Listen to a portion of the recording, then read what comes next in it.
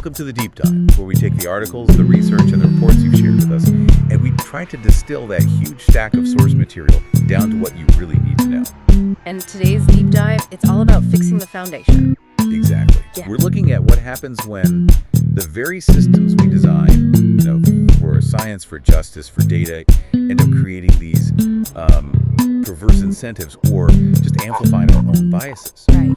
Our mission today is to dig into three critical areas. First, the reward structure of scientific research. Then, how we regulate behavior and resolve conflict. And finally, the huge challenges in just getting trustworthy data in the first place. Okay, let's unpack this. So let's start with science. Yeah. We tend to think of it as this pure search for truth, right? Mm-hmm. But the sources you sent lay out this really compelling case that the career structure actually encourages, and I'm quoting here, rational scientists to adopt a research strategy that is to the detriment of the advancement of scientific knowledge. That is a serious indictment, and it's because the whole system rewards volume and novelty. So get papers out fast. Get papers out fast. To get funding, to get promoted, researchers are pushed to conduct lots of small exploratory studies. And the key there is that they have low statistical power. They just need results, and they need them now. What's the danger in that? In doing all these small, low-powered studies? Well, the problem is statistical. If your study is underpowered, it can really only detect very, very large effects. Okay. So as the source material points out, the conclusions are highly likely to be wrong. It means most of what gets published is probably false. To get past that classic threshold, the p.05, the study has to find an effect that looks big. But that doesn't mean the real-world effect is actually big or even there at all. Exactly. And that explains practices like p-hacking. Right, where you have so much analytical flexibility that you can you can nudge the data until you find something statistically significant, even if it's completely meaningless. So what's the fix? How do we get around that? Well, the consensus on the statistical side, from researchers like Button and others, is moving beyond that simple significant or not binary. The community needs to demand high-powered studies, not just to find an effect, but to provide much greater precision in estimating the actual size of that effect. Why is precision so much more important than just hitting that p-value mark? Because precision is shown by the confidence interval. Right. If that confidence interval, the range where the true effect is likely to be, is really narrow, you can have a lot of confidence in the finding. But if it's super wide, your result could be anything from a huge effect to something totally twisted. Got it. So it's about knowing how certain you are. Yes. By focusing on effect size and confidence intervals, you can see if a finding is actually robust and important, or if it's just a statistical blip. And if we connect this to the bigger picture, changing the tools is one thing, but the whole, institutional culture has to change too. Oh, absolutely. The research is clear on this. Raising quality requires collective action. You can't just ask individual scientists to be more virtuous. Because the system rewards the individual, right? Getting the big grant, the solo author paper. Exactly. It doesn't really reward the things that benefit the whole community, like sharing your code or building reusable tools. So if we want scientists to adopt open research practices, like sharing their data, we have to actually reward them for doing it. It has to be an explicit criterion for promotion, for tenure. But here's the catch. What's that? If only one university does it, it's seen as a tax on the scientist's individual career. It slows them down compared to peers at other schools. So for the system to really shift, everyone has to move together. They have to act collectively, otherwise you're just penalizing the innovators. That makes perfect sense. And speaking of systems harming people, the sources show that the negative impact of all this isn't distributed equally, is it? Not at all. And this point is brought home so vividly by the data from the COVID-19 pandemic. What did it show? Survey data showed a huge drop in the time devoted to research for female scientists, for people in the bench sciences, and especially for scientists with young children. The burden was completely disproportionate. And that's not just a temporary dip in productivity. That lost time that can create career gaps that last for years, a decade even. Precisely, which means leaders and funders need very targeted approaches to fix this. You can't just wait for the system to correct itself, because it won't. The system wasn't equitable to begin with. This all leads to an almost philosophical question in the literature, which is, does eminence in science really reflect actual contribution? Right. The ideal is that it should be directly proportional, strong consensus and peer evaluations. But the sources really question if we've ever attained that, especially in fields like psychology. science. Here's where it gets really interesting. Because you don't always need to look at tenure rates to see the bias. Sometimes it's right there in how someone is introduced. And this is where that study on internal medicine grand rounds is it's stunning. They analyzed how speakers, these leaders in their field, were introduced. Okay, get this. The disparity they found when men were introducing speakers is it's shocking. It really is. Male introducers withheld the professional title doctor from female speakers 41.3% of the time. Almost half the time. But they only withheld it from other male speakers 24.3% of the time. I mean, that's nearly double the rate of professional erasure at the highest level. And what just amplified this finding was the behavior of female introducers. What did they do? When women were introducing speakers, they used formal titles pretty much universally close to 100% of the time for both men and women. Wow. So it suggests a totally different baseline standard for professional respect is being applied, specifically when men are introducing women. It's subtle, but it's deeply corrosive. Such a powerful example. Yeah. Okay, so let's pivot now from the lab and the lecture hall to the courtroom, the regulatory world, where the sources challenge another foundation, our whole concept of justice. Specifically, restorative justice, or RJ.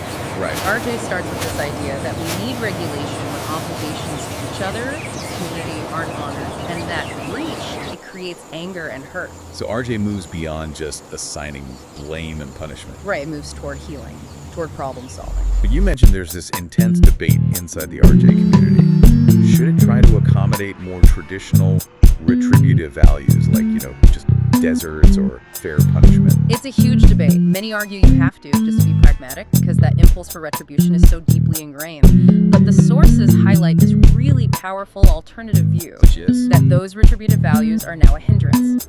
This perspective argues that retribution is, quote, corrosive of human health and relationships. It basically puts it in the same category as greed or gluttony. That's a massive shift. Yeah. Treating the impulse for revenge as an unhealthy vice, not a necessary function of society. Exactly. This school of thought says restorative justice has to be an explicit value shift away from that model. The focus has to be on reconciliation. And this is backed up by some pretty solid psychology, right? The sources bring up something called reactance theory. Yes, reactance is what happens when people feel their freedom is being limited. When you use deterrent threats, you will be punished if you do this. People see it as an attempt to control them. And they push back. They push back. They reassert their freedom by acting contrary to what you want. It's like the teenage instinct. Tell me I have to do something, and suddenly I feel this urge to do the exact opposite. It's precisely that. And this is the Hobbesian trap. When we design systems that treat people like knaves, assuming the worst, we actually make them more likely to become knaves. So constant rewards and punishments actually get in the way of people internalizing positive values. They inhibit it, yeah. This raises an important question. If coercion doesn't work, how does RJ actually manage behavior without triggering all that reactance? By always having a first preference for dialogue over coercion, instead of imposing rules from the top down, the focus, especially in transformative mediation, is on building the micro-foundations of a functioning democracy. And that rests on two key values. The first is empowerment, giving citizens a real voice, transforming them from these sort of weak, alienated recipients of justice into strong, constructive participants. And the second is recognition. Which is that deep acknowledgement and empathy for the hurt that other people experienced. It moves you from being self-absorbed in your own injury to being responsive to others. The goal is to shift relationships from destructive to constructive, from alienating to humanizing. Fostering what the sources call compassionately strong citizenship. So what does this all mean? We've hit on systemic failures in science and how we think about justice. Now let's talk about the foundation of it all. Generating the knowledge itself. Data and survey science. Yeah, the pandemic really forced survey researchers to change everything overnight. They had to move away from in-person interviews to these mixed-mode designs, mail, phone, web, all combined. A huge stress test for data collection. A massive one. And it led to some counterintuitive results, especially in one large national health survey. Which one was that? Called the FFS-CAHPS. That's Fee-for-Service Consumer Assessment of Healthcare Providers and Systems. It's a huge federal survey about patient experience. Okay, so what was the surprising finding? Well, contrary to what you might expect during the chaos of 2020, they saw a substantially higher rate of mail returns compared to 2019. Wait, really? So people were more likely to fill out and mail back a detailed health survey during a national health crisis. That's fascinating. It does, doesn't it? And that higher return rate was especially noticeable in the middle and southern regions of the U.S. Why do you think that is? Well, it suggests that in some places, people were more homebound or maybe just more focused on health topics, so they were more willing to fill out the paper form. It just shows how unpredictable people's behavior can be in a crisis. So beyond just getting people to respond, we have to talk about the quality of the questions themselves. How do we make sure we're measuring what we think you're measuring? Question design is everything. Psychometric research suggests that using more response options like 5, 7, or even 11 points on a scale generally gives you better quality data. It reduces measurement error. It lets people be more nuanced. Exactly, which is why efficiency can sometimes be the enemy of quality. How so? Well, researchers love agree-disagree questions. They're efficient, they're fast, but they can also increase the cognitive burden on the person answering and actually reduce data quality compared to item-specific questions. There's always a trade-off. Always a trade-off. And finally, we have to talk about the ghost in the machine.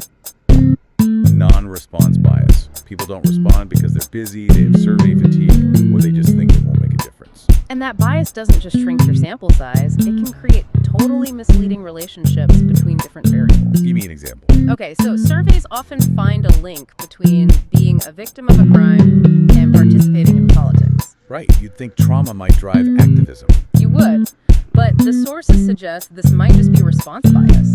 It might be that people who are more extroverted or, feel more efficacious are simply more likely to say yes to both questions. So the correlation might be rooted in personality, not the actual experience itself. It could be, yes. Which, this links directly back to our first segment on scientific integrity. So Because whether you're a patient or a policymaker reading medical literature, you are, quote, at the mercy of the quality of those trials and reviews. the quality of the decisions we make depends entirely on the quality of the data. It all does, which is why transparency in methodology, whether it's a huge national survey or a small lab study, is so crucial for anyone consuming that research. This deep dive has really shown that the failures we see are often failures of support, of structure, of system alignment, not just individual effort.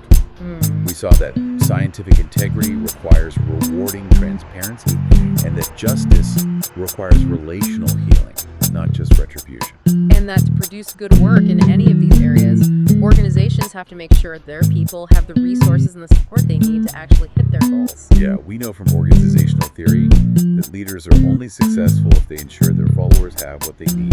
They have to build trust that they're there to support, not undermine them. That support element is just crucial.